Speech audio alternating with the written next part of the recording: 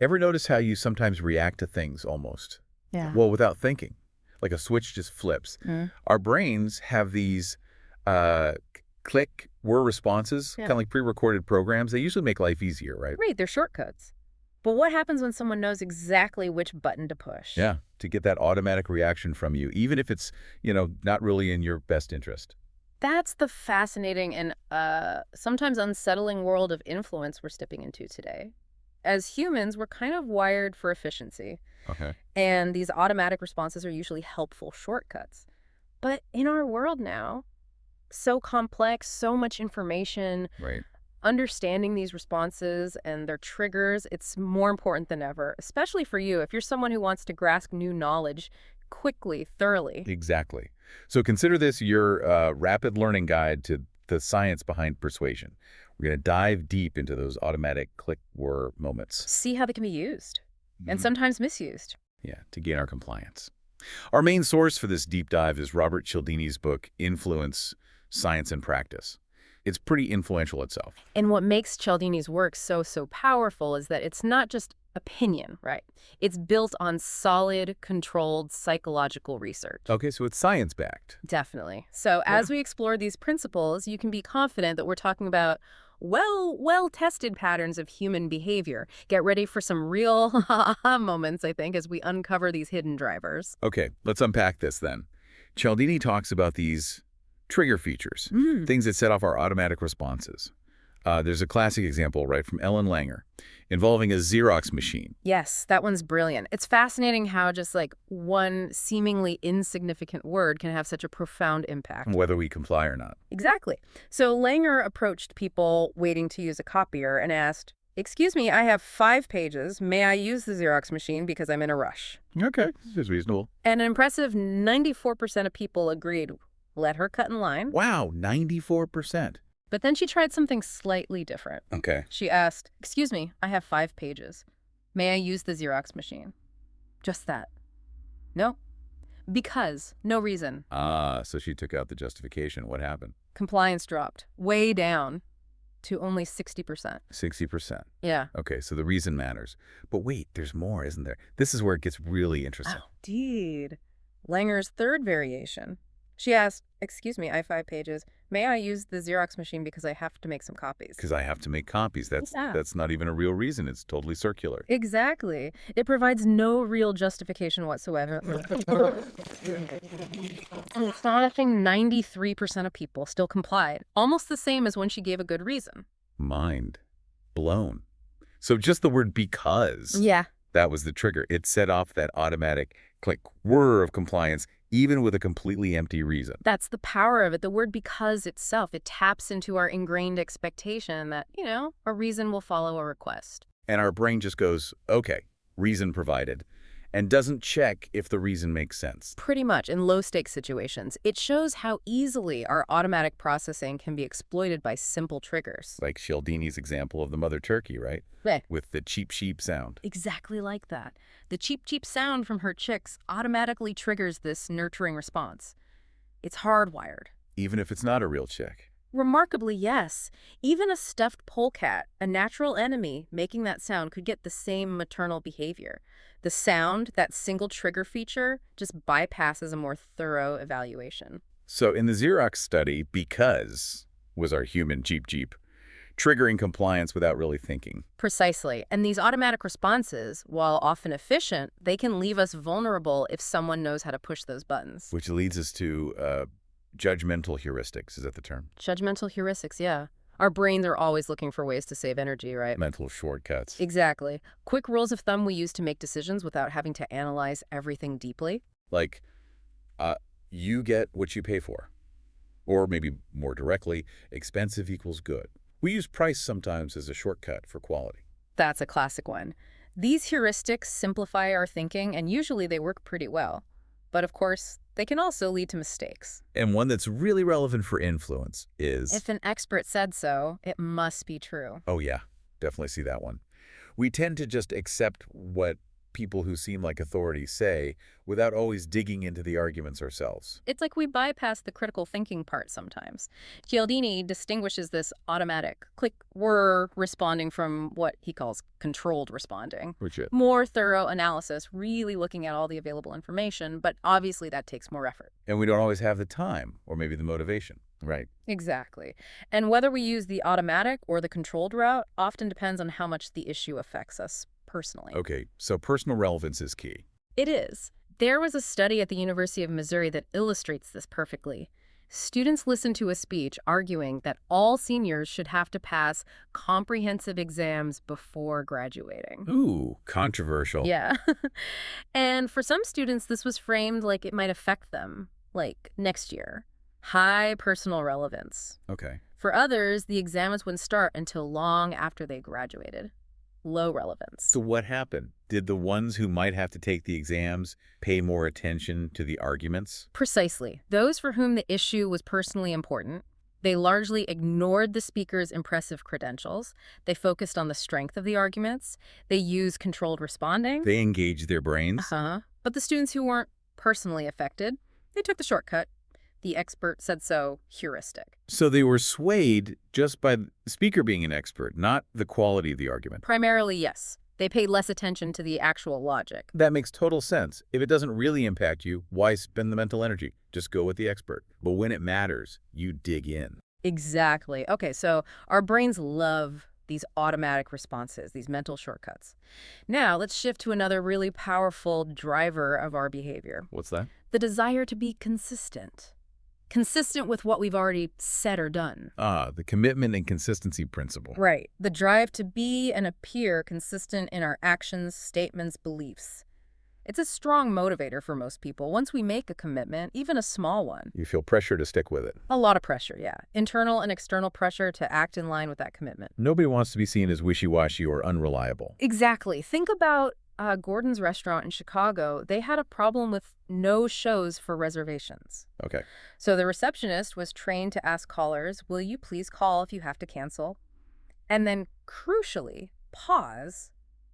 Wait for them to say yes. Just getting that verbal commitment. That simple act of getting a promise, a verbal yes, significantly reduced no-shows. That's clever.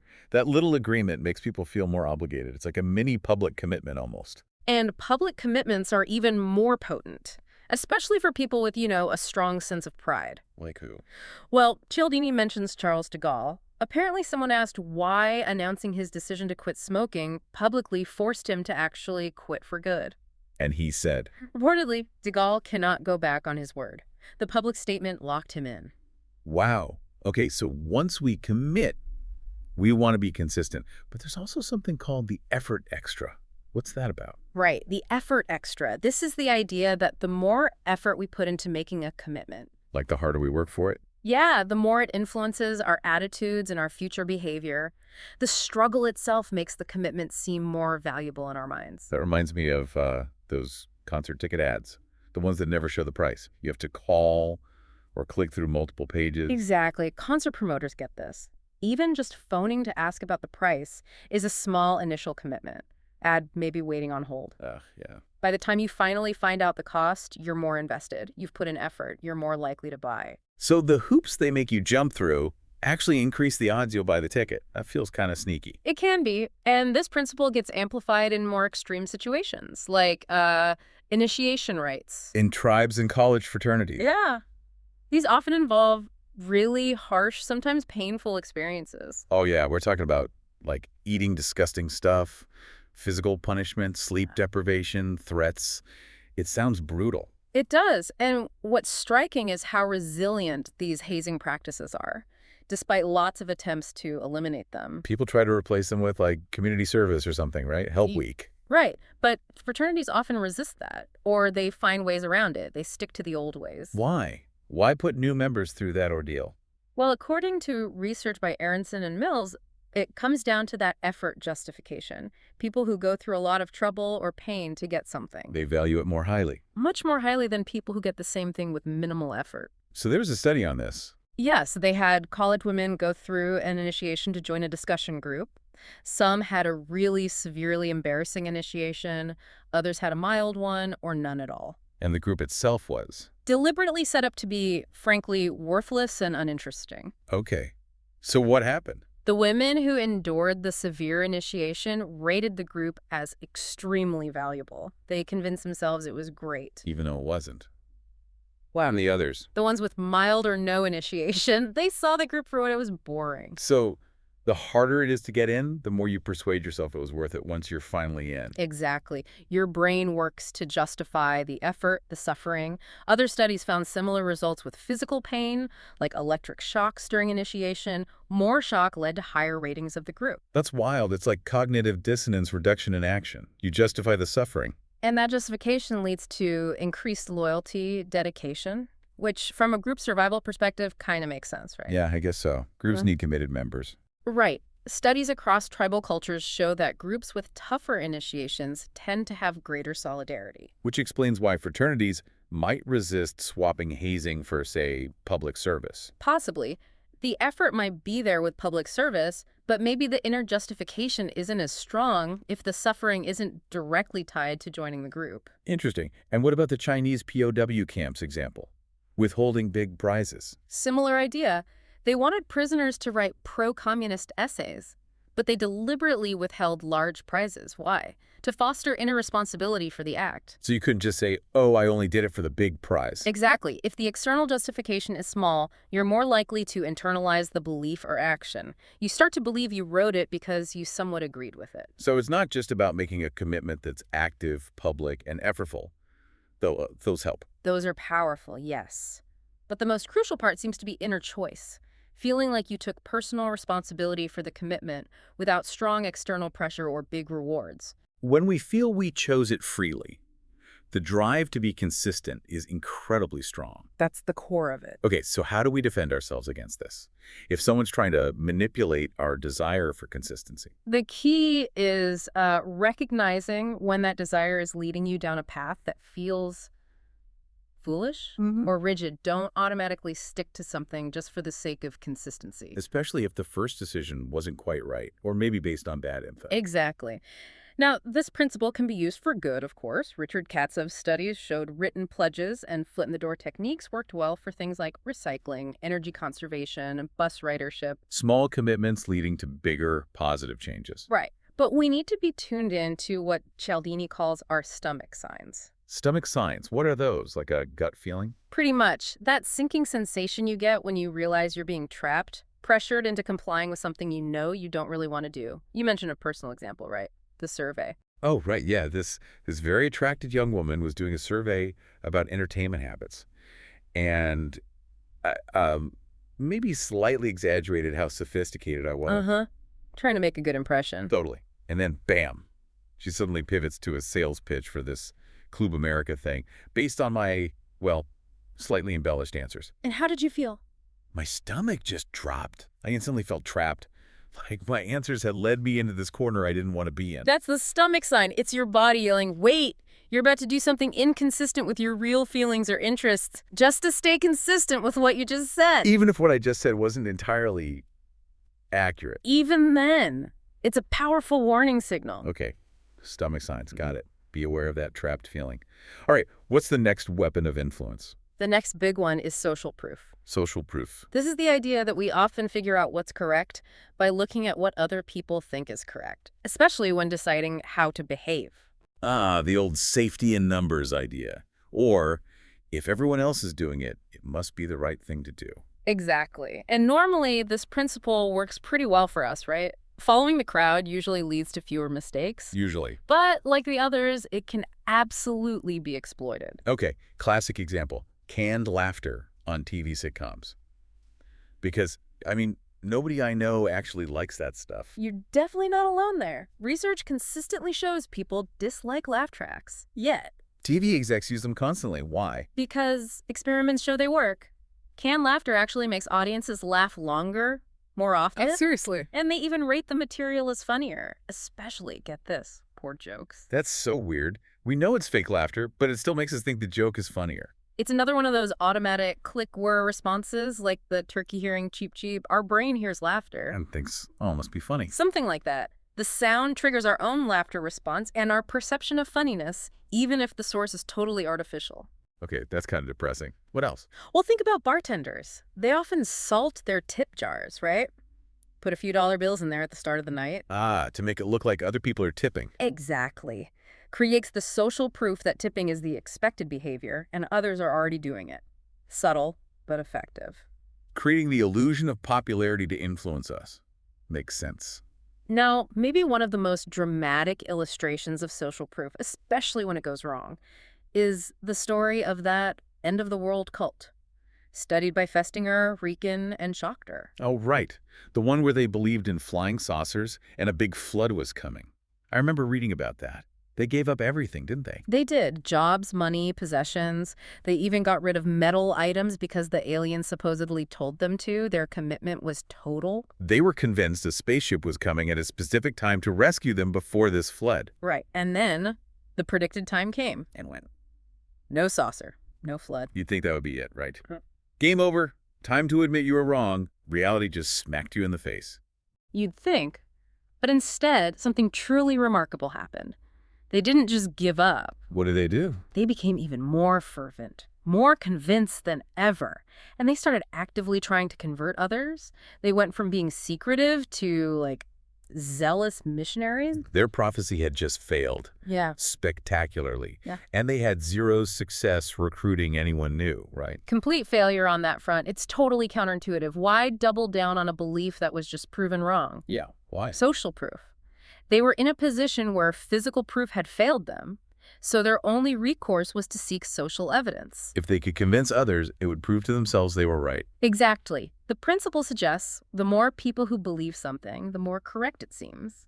Convince and ye shall be convinced became their kind of internal motto. By trying to persuade others, they were desperately trying to reduce their own dissonance and validate their worldview. Wow. So their whole identity was so wrapped up in this belief they couldn't let it go. Creating social proof was the only way out.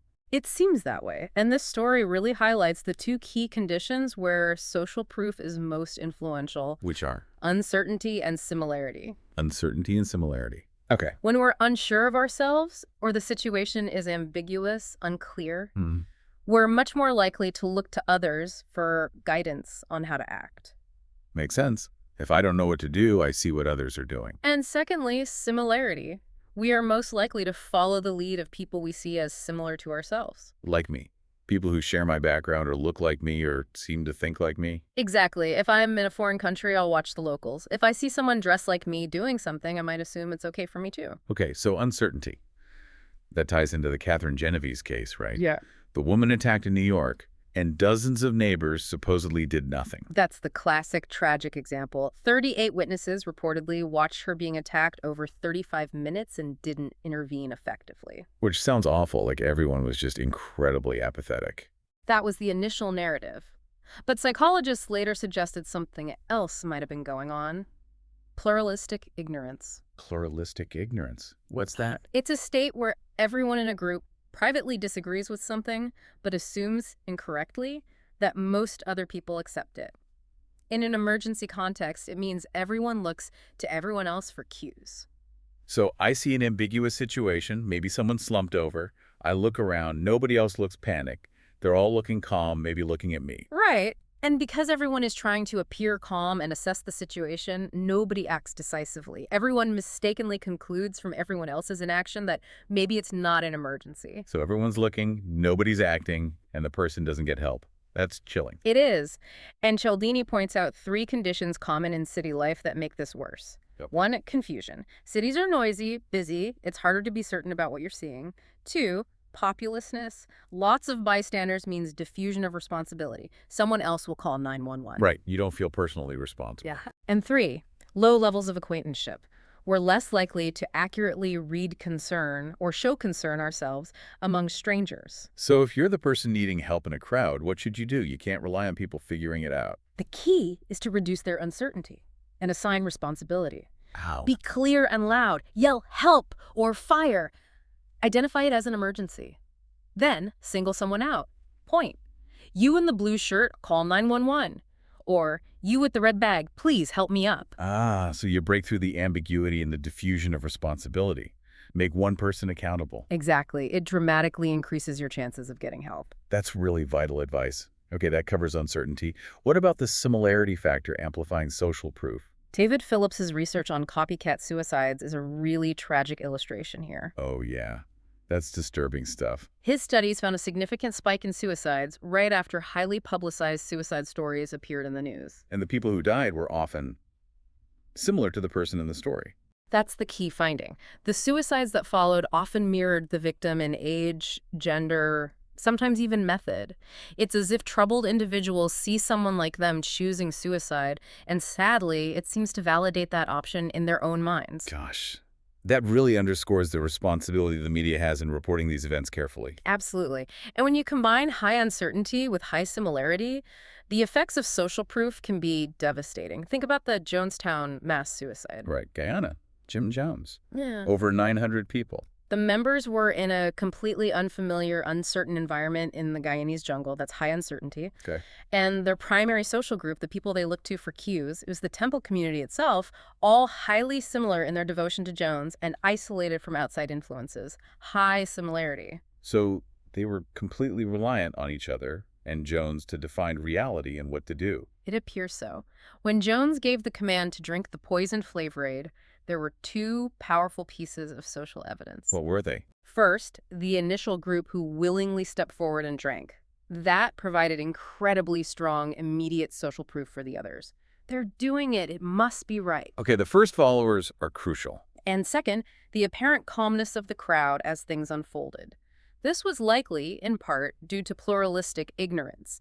Everyone looking around, seeing others not panicking, even if they were terrified inside, reinforcing the idea that this terrible thing was somehow the accepted, correct action. Uncertainty and similarity combine, leading to catastrophe. So how do we defend against bad social proof? Two main things. First, be alert to counterfeit social proof. Is the laughter track fake? Is the tip jar salted? Are the testimonials to be paid for? It's a question of the evidence. Right. And second, don't rely solely on what others are doing, especially in ambiguous situations or when you notice strong similarity being used. Step back. Engage your own analysis. Does this action make sense on its own merits? Cultivate a healthy skepticism. Use your own judgment. Okay. We've hit commitment and consistency, social proof. What's next on Cialdini's list? Next up is liking. Liking. Okay, this sounds simpler. The principle itself is simple.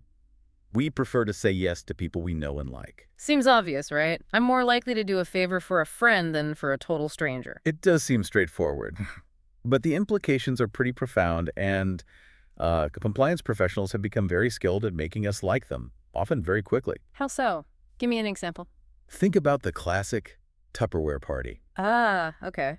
My aunt used to host those. The demonstrator might be great at selling the product, but the real power comes from the fact that the request to buy, fundamentally, comes from your friend, the hostess. Someone you know and like. Exactly. It leverages the liking rule powerfully and often combines it with other principles, too. Reciprocity, she invited you, gave you food. Commitment, maybe you say positive things about Tupperware during the party. Social proof, you see your friends buying. Wow, it really is a perfect storm of influence principles, isn't it? It really is. And consider Joe Girard. Dubbed the greatest car salesman by Guinness World Records for years. What was his secret? High-pressure tactics. Nope. He attributed his phenomenal success to a very simple formula. Give customers a fair price and be somebody they like. Fair price and liking. That's it. That was his core philosophy, and it clearly worked wonders. So what are the main things that make us like someone? What does the research say? Social scientists have pinned down several key factors. One is physical attractiveness. Okay, good-looking people have an advantage. A big one.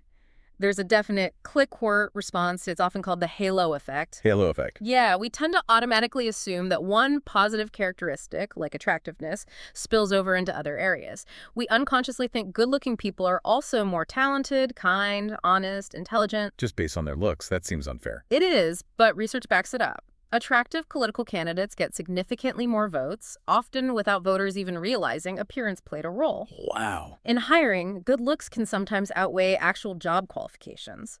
And even in the legal system, attractive defendants often receive lighter sentences. That's genuinely unsettling. How much unconscious bias plays a role. Okay, so attractiveness, What else? Similarity. We like people who are similar to us. In what ways? Opinions, personality traits, background, lifestyle, even dress. Studies show we're more likely to help someone who dresses like us. Right. Or we're more likely to sign a petition from someone who seems to share our general views, maybe based on their appearance or a bumper sticker, often without even reading the petition carefully. So mirroring someone, even slightly, can build rapport and liking. It absolutely can. Compliments also work wonders. Flattery. Pretty much. We generally really like people who praise us. We have a real hunger for it. Even if we suspect it might not be totally sincere. Often, yes. Though, really obvious, clumsy flattery might backfire. But generally, we tend to believe praise and like those who provide it. Makes sense. Everyone likes hearing nice things. What about just being around people? No. Familiarity. Usually, yes. Contact and familiarity tend to breed liking. The more we're exposed to something or someone under neutral or positive conditions, the more we tend to like it. But there's a catch, right? What if the contact isn't positive? That's the crucial caveat. If the contact involves unpleasant experiences, it can actually increase hostility. Like the early days of forced school desegregation, simply putting different ethnic groups together in a highly competitive classroom environment often increased prejudice. It didn't decrease it. So just proximity isn't enough. Mm-hmm. The nature of the interaction really matters. Critically, Muzaffar Sharif's famous Robbers Cave experiment showed this clearly. With the summer campers. The Eagles and the Rattlers. That's the one. He first created hostility between two groups of boys through competition. Then, he reduced that hostility by introducing tasks that required them to cooperate superordinate goals. Things they could only achieve by working together. Exactly. Like fixing the camp's water supply. Cooperation towards shared goals broke down the barriers and fostered liking. And that led to things like the jigsaw classroom. Precisely. Applying that principle. Students in desegregated classrooms are divided into small groups, and each student has a unique piece of information. A piece of the jigsaw puzzle needed to learn the day's lesson. They have to cooperate and teach each other. And it works? Research shows it leads to increased liking across ethnic groups, reduced prejudice, and often better academic outcomes too. Cooperation is key. So cooperation fosters liking. That's a powerful tool. What's a last factor influencing liking? Conditioning and association. We tend to like things that become associated with positive things and dislike things associated with negative things. Like Pavlov's dogs associating the bell with food. Similar principle. Think about advertisers pairing their products with attractive models or beloved celebrities, or political candidates trying to associate themselves with popular causes or symbols. So the good feelings generated by the model or the cause rub off on the product or candidate. That's the goal. The luncheon technique is another example. People become more positive towards individuals and ideas they encounter while they're eating enjoyable food. So, serve good food at your meeting. It might help.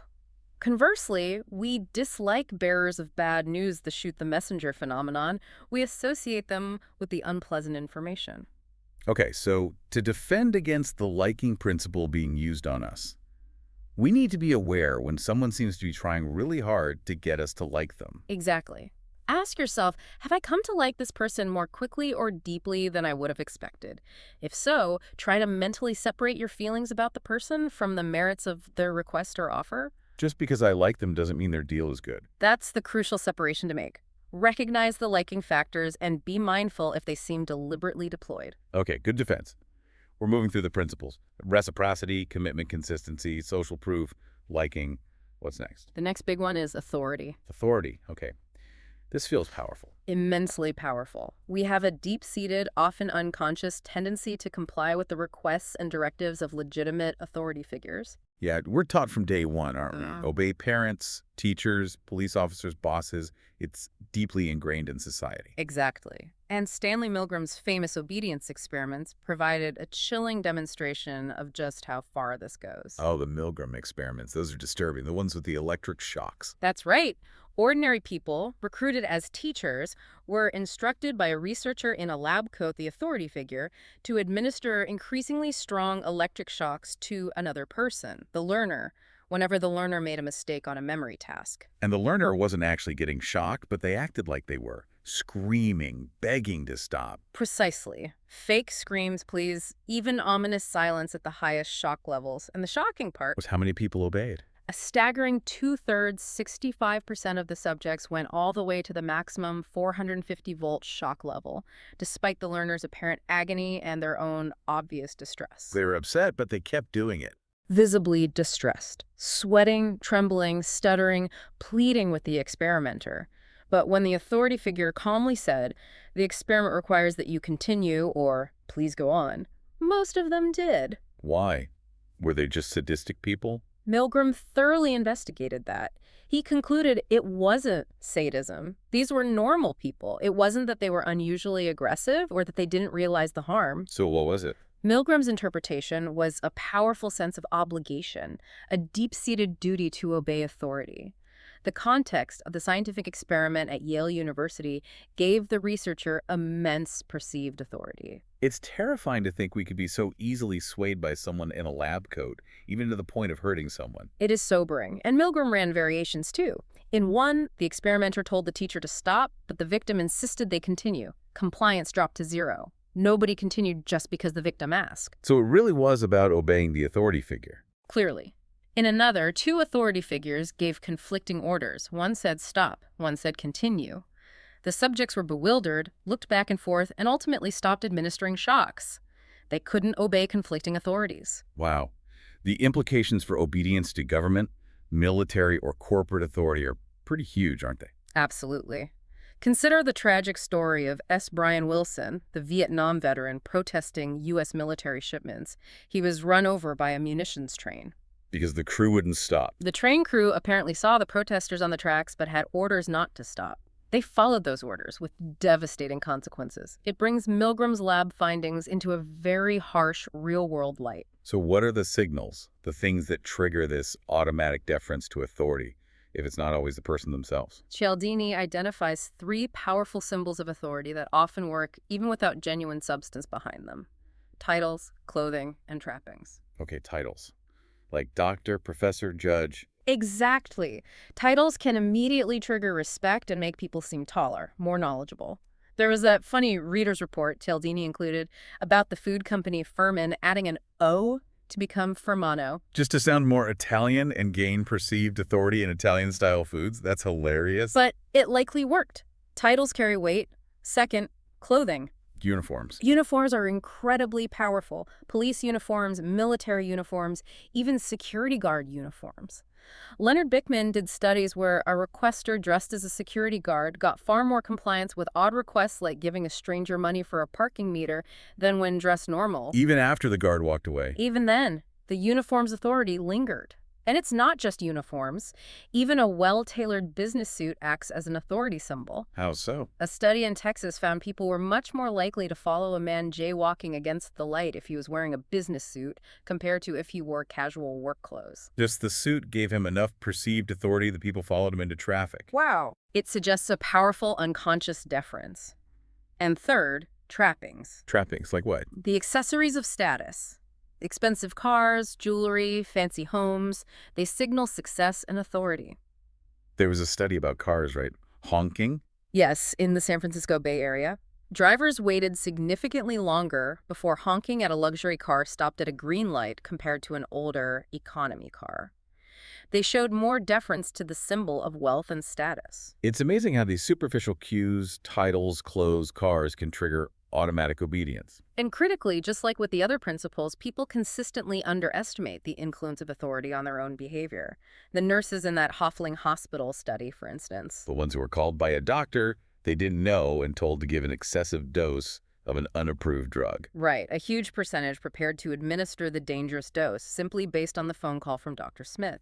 But when asked beforehand, almost none of the nurses predicted they would obey in that situation. They underestimated their own deference to authority. So how do we defend ourselves against inappropriate authority influence? We need authorities, but we don't want to obey blindly. 2 key steps. First, heightened awareness. Just knowing about the power of authority symbols and our tendency to obey automatically is a big first step. Be conscious of the effect. Second, ask critical questions when faced with an authority's attempt to influence you. Cialdini suggests 2 main ones. Okay. Question 1, is this authority truly an expert? Focus on their credentials and, importantly, the relevance of those credentials to the issue at hand. Is a famous actor really an expert on the car they're endorsing? Good question. What's the second? Question 2. How truthful can we expect this expert to be? Are they likely to be impartial? Or do they have something to gain by persuading you? A waiter recommending the most expensive dish might be an expert on the menu, but perhaps not entirely trustworthy in that recommendation. So check their expertise and their potential motives. Don't just react to the title or the suit. Exactly. Engage controlled thinking instead of just clicking and whirring in response to authority symbols. Okay, expertise and trustworthiness. Got it. We've reached the last of Cialdini's 6 core principles of influence. What is it? The final principle is scarcity. Scarcity. The idea that we want what we can't have. That's the core of it. Opportunities seem much more valuable to us when their availability is limited. The classic limited time offer, or only 3 left in stock tactic. I definitely feel that pull sometimes. You and most people.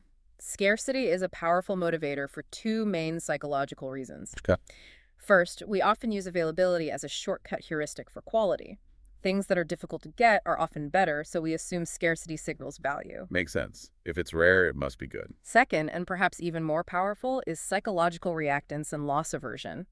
As opportunities become less available, we feel we are losing freedoms. And we hate losing things much more than we enjoy gaining things of equal value. So the thought of missing out is a really strong driver. A very strong driver. The fear of loss looms large.